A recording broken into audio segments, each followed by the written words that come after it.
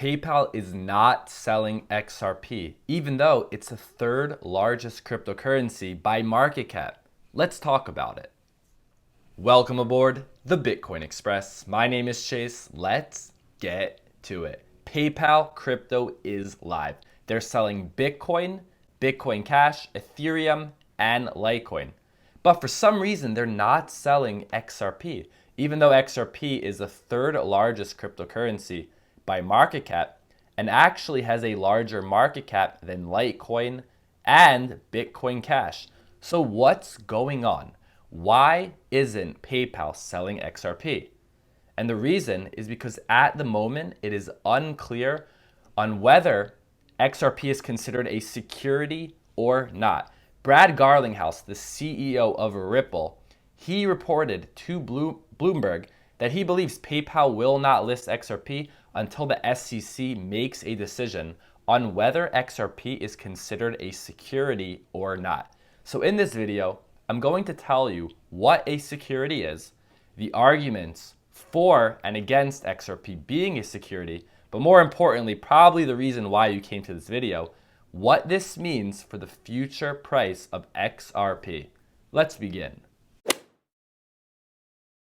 What is a security? A security is a financial instrument that holds monetary value that represents an ownership position in a publicly traded corporation via stock.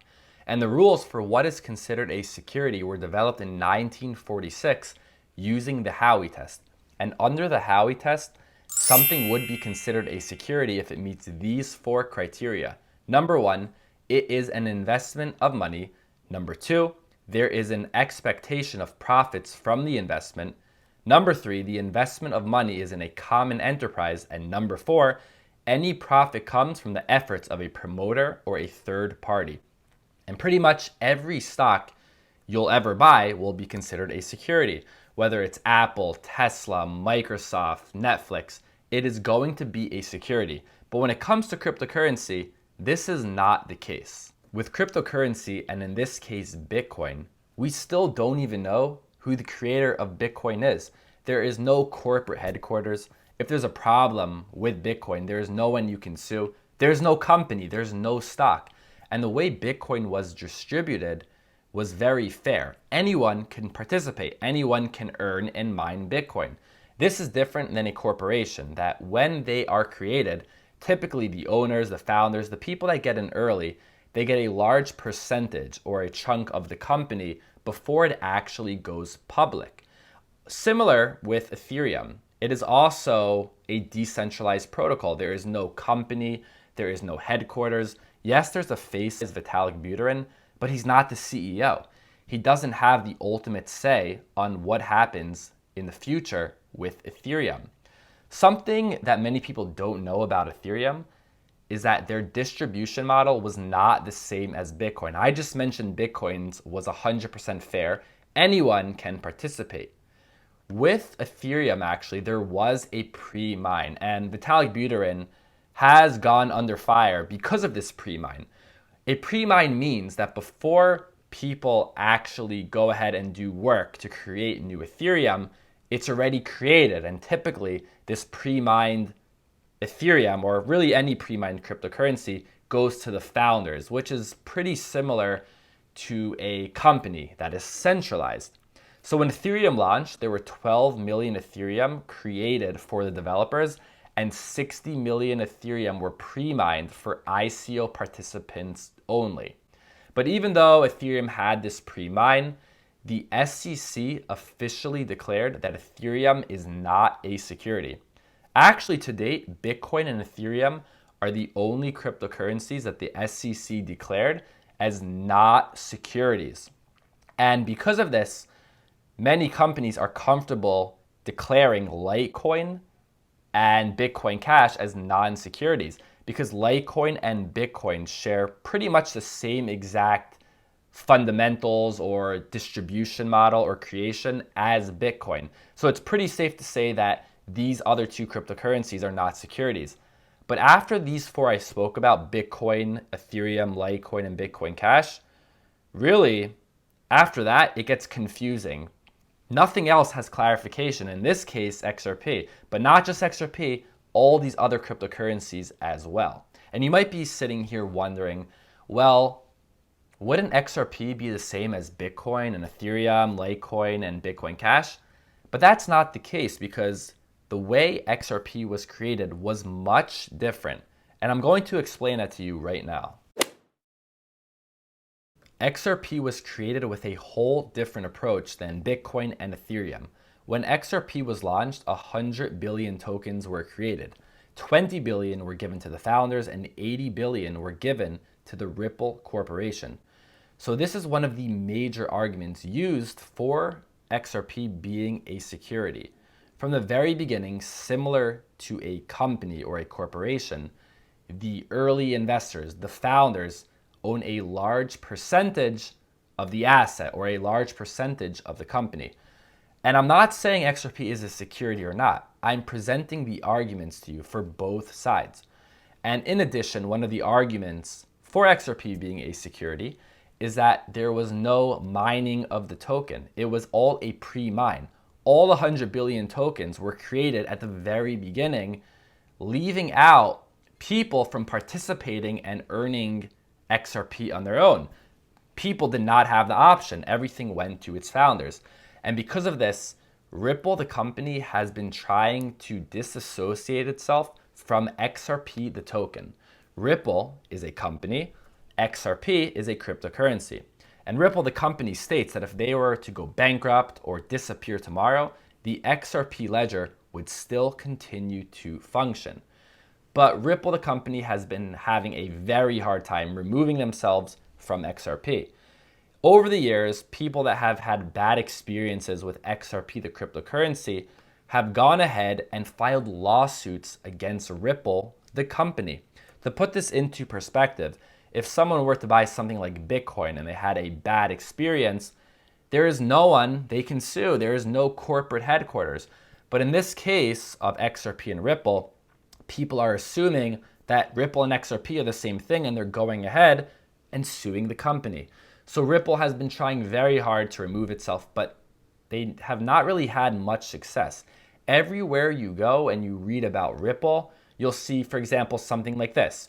You've most likely heard that Ripple, parentheses XRP. When you go ahead and you buy XRP, you'll find that exchanges will sometimes list it as Ripple, parentheses XRP. And they really want people to stop calling the coin Ripple because they're stating it is not the same thing. So to remove this association, Ripple, the company, has gone ahead with marketing efforts to remove this tie. But this actually has added more fuel to the fire because marketing by a company would fall under the classification of a security, right? And Ripple has marketed XRP. And this move would suggest that the firm showcased the asset for its long-term investment opportunities. Also in 2020, Ripple paid $9.3 million worth of XRP in incentives to MoneyGram. Again, a marketing effort. And then also in 2020, Ripple bought back XRP for the first time to support healthy markets. So these are the arguments for why XRP is considered a security. But on the other side, you have very famous people who state that XRP is not a security. For example, former CFTC chairman Chris Giancarlo states that XRP should not be regulated as a security, but instead considered a currency or a medium of exchange. Other notable people that have stated that XRP is not a security is Tom Emmer. In August of 2020, U.S. Representative Tom Emmer argued that XRP is not a security. And one of the main arguments for why it's not a security is because we're using this test from 1946 to try and decide if something in 2020 is a security or not. These laws, this Howey test, was created in 1946. And now in 2020, we're taking, in this case, XRP, but really any cryptocurrency, and trying to see, does it fall under a security under the rules of the Howey test? Cryptocurrency wasn't even created until 2009 with Bitcoin, so it really is not fair and it does not make any sense. As you can see, it's very messy here. It's not a clear answer on whether XRP is considered a security or not. As mentioned to date, only Bitcoin and Ethereum have officially been declared as non-securities by the SEC. But the most important part is whether XRP is considered a security or not. What is going to happen to the price of XRP? If XRP is officially declared as a security, it is very likely that in the short term, the price of XRP will decrease. But if XRP is declared as not a security, it is very likely that in the short term, the price will skyrocket. But what about the long term? There are two sides to this argument, and I'll tell you which side I agree with.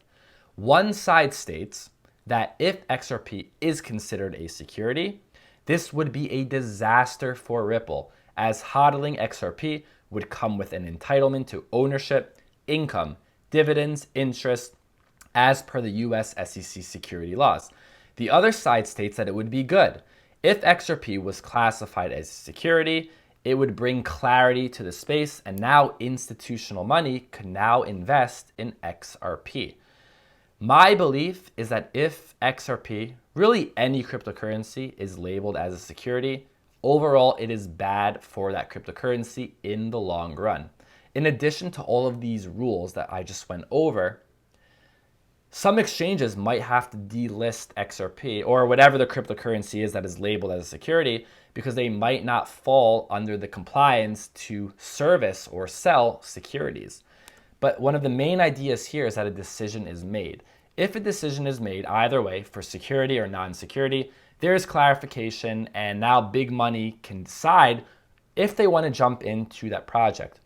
But the overall goal in this case for XRP or any cryptocurrency is simply you do not want to be a security. That is the ultimate goal, and being labeled as a non-security increases your probabilities of doing well in the long run. Like the video, subscribe to the channel if you want more. Thank you for listening, and I'll see you next time.